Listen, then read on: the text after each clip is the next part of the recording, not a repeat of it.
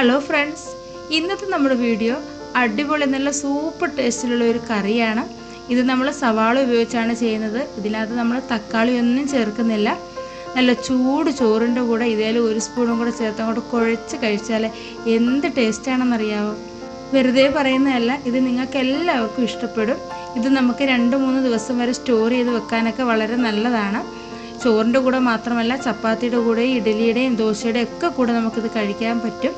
അപ്പോൾ നമുക്കിതെങ്ങനെയാണ് ചെയ്യുന്നത് നോക്കാം. അപ്പോൾ ആദ്യം തന്നെ ഞാൻ ചീനച്ചട്ടി അടുപ്പത്ത് വെച്ചിട്ടുണ്ട്. അതിലേക്ക് ഞാൻ 2 ടേബിൾ സ്പൂൺ വെളിച്ചെണ്ണയാണ് ഒഴിച്ചു കൊടുക്കുന്നത്.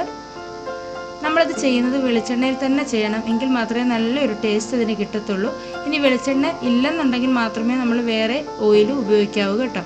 അപ്പോൾ അതാണ്ട് വെളിച്ചെണ്ണയൊക്കെ നല്ലതുപോലെ ഒന്ന് ചൂടായിട്ട് വന്നപ്പോൾ അതിലേക്കൊരു 1/2 ടീസ്പൂൺ ഉലുവയൊന്ന് ചേർക്കുന്നുണ്ട്. ഉലുവയൊന്ന് നന്നായിട്ടൊന്ന് ചൂടായിട്ട് വരുമ്പോൾ ഇനി നമുക്കിതിലേക്ക് കുറച്ച് സവാള കട്ട് ചെയ്ത് ചേർക്കണം. 2 വലിയ സവാള ചെറുതായിട്ട് കട്ട് ചെയ്താണ് എടുത്തിട്ടുള്ളത്. അപ്പോൾ അതൊന്ന് ചേർത്ത് കൊടുക്കാം. നമ്മളിപ്പോൾ ഈ സവാളയിലേക്ക് ഉപ്പൊന്നും ചേർത്ത് കൊടുക്കുന്നില്ല, കാരണം നമ്മൾ ഈ സവാള വഴറ്റിയെടുക്കുകയല്ല ചെയ്യുന്നത്. സവാള നല്ലതുപോലെ മൊരിയിച്ചെടുക്കണം. അപ്പോൾ അതിനാണ് നമ്മൾ ഉപ്പൊന്നും ചേർത്ത് കൊടുക്കാത്തത് ഇപ്പം. അപ്പോൾ തന്നെ സവാള 1 മിനിറ്റോളം ഞാനൊന്ന് ഇളക്കി ചേർത്ത് കൊടുത്തിട്ട് ഇതിലേക്ക് ചേർക്കുന്നത് കുറച്ച് വെളുത്തുള്ളിയാണ്. ഞാൻ വലിയ 2 വെളുത്തുള്ളി മുഴുവനും എടുത്തിട്ടുണ്ട്. വെളുത്തുള്ളി എത്രത്തോളം ചേർത്ത് കൊടുക്കുന്നോ അത്രത്തോളം നല്ലതാണത്. പക്ഷേ വെളുത്തുള്ളി ചതച്ചതോ വെളുത്തുള്ളിയുടെ പേസ്റ്റോ ഒന്നും ചേർത്ത് കൊടുക്കരുത്. ഇതേ രീതിയിൽ തന്നെ ചേർത്ത് കൊടുക്കണം കേട്ടോ. അപ്പോൾ അതിൻ്റെ കൂടെ തന്നെ ഞാൻ 2-3 പച്ചമുളകും കൂടി ചേർക്കുന്നുണ്ട്. ഇനി ഇതെല്ലാം കൂടി നല്ലതുപോലെ ഒന്ന് വഴറ്റിയെടുക്കണം. നമ്മുടെ ഉള്ളിയൊക്കെ നല്ലതുപോലെ ഒന്ന് മുരിഞ്ഞൊരു ഗോൾഡൻ കളർ ആവുന്നത് വരെ നമ്മളിതൊന്ന് വഴറ്റിയെടുക്കണം.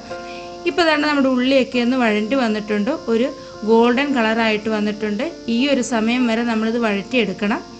അപ്പോൾ ദാണ്ട് എണ്ണയൊക്കെ ഒന്ന് നല്ലതുപോലെ ഇത് തെളിഞ്ഞ് വന്നിട്ടുണ്ട്. ഇനി ഇതിലേക്ക് നമുക്ക് ആവശ്യത്തിനുള്ള പൊടികളാണ് ചേർത്ത് കൊടുക്കേണ്ടത്. 2 ടീസ്പൂൺ മുളക് പൊടി ചേർക്കുന്നുണ്ട്. അതിൻ്റെ കൂടെ തന്നെ 1/4 ടീസ്പൂൺ മഞ്ഞൾപ്പൊടി ചേർത്ത് കൊടുക്കുക. ഇനി ഇതിലേക്ക് ആവശ്യമായിട്ടുള്ള ഉപ്പാണ് ചേർക്കുന്നത്. നമ്മൾ നേരത്തെ സവാളയിലൊന്നും ഉപ്പ് ചേർത്ത് കൊടുത്തിട്ടില്ലായിരുന്നു. അപ്പോൾ ഇനി പൊടികളുടെ പച്ചമണം മാറുന്ന രീതിയിൽ നല്ലതുപോലെ ഒന്ന് ഇളക്കി ചേർത്ത് കൊടുക്കുക. പച്ചക്കറി ഒന്നും ഇല്ലാത്ത സമയങ്ങളിലോ അല്ലെങ്കിൽ പെട്ടെന്ന് തന്നെ നമുക്ക് ചപ്പാത്തിക്കായാലും ചോറിനായാലും പെട്ടെന്ന് തന്നെ കറി ഉണ്ടാക്കണമെന്നുണ്ടെങ്കിലോ ഈ ഒരു രീതിയിൽ നമ്മൾ ചെയ്താൽ മതി. നല്ല ടേസ്റ്റാണിത് കേട്ടോ. ഇത് ഒരുപാടൊന്നും വേണ്ട, ഇതിൽ 1 സ്പൂൺ മാത്രം മതി നമുക്ക് ആവശ്യത്തിനുള്ള ചോറ് കഴിക്കാനായിട്ട്. അപ്പോൾ അതിൻ്റെ പൊടികളൊക്കെ നന്നായിട്ടൊന്ന് മൂത്ത് വന്നിട്ടുണ്ട്. ഇനി നമുക്കിതിലേക്ക് ചേർക്കേണ്ടത് പുളിവെള്ളമാണ്. 1 നെല്ലിക്ക വലുപ്പത്തിലുള്ള പുളി ഞാൻ വെള്ളത്തിലിട്ട് വെച്ചിട്ടുണ്ടായിരുന്നു. അപ്പോൾ അതിൻ്റെ ആ വെള്ളമാണ് ചേർത്ത് കൊടുക്കുന്നത്. പുളിവെള്ളവും കൂടി ചേർത്തിട്ട് നല്ലതുപോലെ ഒന്ന് ഇളക്കി ചേർത്ത് ജസ്റ്റ് ഒന്ന് തിളപ്പിച്ചെടുത്ത ശേഷം നമുക്കിതിലേക്ക് ആവശ്യത്തിനുള്ള വെള്ളം ഒഴിച്ചു കൊടുക്കാം. കാരണം ഈ ഉള്ളിയൊക്കെ ഒന്ന് വെന്ത് ഈ ചാറൊക്കെ ഒന്ന് കുറുകി വരണം. അതിനനുസരിച്ചുള്ള വെള്ളം നമുക്ക് ചേർത്താൽ മതി. ഒരുപാട് ലൂസായിട്ട് നമ്മൾ എടുക്കേണ്ട. ഇതിൻ്റെ 1-2 സ്പൂൺ മാത്രം മതി നമുക്ക് ആവശ്യത്തിനുള്ള ചോറ് കഴിക്കാനായിട്ട്. അപ്പോൾ വെള്ളവും കൂടി ചേർത്തിട്ട് നല്ലതുപോലെ ഒന്ന് ഇളക്കി ചേർത്തിട്ടുണ്ട്. അപ്പോൾ ഇനി ഇതിലേക്ക് ചേർക്കുന്നത് ഒരു ചെറിയ കഷ്ണം ശർക്കരയാണ്. നമ്മുടെ ആ പുളിയും എരിവും എല്ലാം കൂടി ഒന്ന് ബാലൻസ് ചെയ്യാനായിട്ടാണ് നമ്മൾ ഈ ശർക്കര ചേർക്കുന്നത്. ഇനി ശർക്കര ഇല്ലെന്നുണ്ടെങ്കിൽ ഒരു 1/4 ടീസ്പൂൺ പഞ്ചസാര ഒന്ന് ചേർത്ത് കൊടുത്താൽ മതി കേട്ടോ. ഒരു പ്രത്യേക ടേസ്റ്റാണിതിന്. അപ്പോൾ അതും കൂടി ഒന്ന് ചേർത്തിട്ട് നല്ലതുപോലെ ഒന്ന് ഇളക്കി ചേർത്തിട്ട് 1-2 മിനിറ്റ് നമുക്ക് ലോ ഫ്ലെയിമിൽ വെച്ചിട്ട് ഒന്ന് തിളപ്പിച്ചെടുക്കാം. അപ്പോൾ അതാണ്ട് 2 മിനിറ്റ് കഴിഞ്ഞപ്പോൾ ഞാനിതൊന്ന് തുറന്നിട്ടുണ്ട്. ഇതാ കണ്ടില്ലേ, നല്ലതുപോലെ ചാറൊക്കെ കുറുകി എണ്ണയൊക്കെ തെളിഞ്ഞ് വന്നിട്ടുണ്ട്. അപ്പോൾ ഇനി വേണമെന്നുണ്ടെങ്കിൽ നമുക്ക് കുറച്ച് നേരം കൂടി ഒന്ന് തിളപ്പിച്ചിട്ട് ഒന്ന് വറ്റിച്ചെടുക്കാം.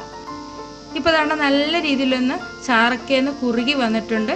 ഇനി ഇത് ചൂടൊന്ന് ആറി വരുമ്പോഴേക്കും എന്താണ്ട് ഇതേ രീതിയിലായിട്ട് വരും. എണ്ണയൊക്കെ ഒന്ന് തെളിഞ്ഞ് നല്ലതുപോലെ കുറുകി വരും.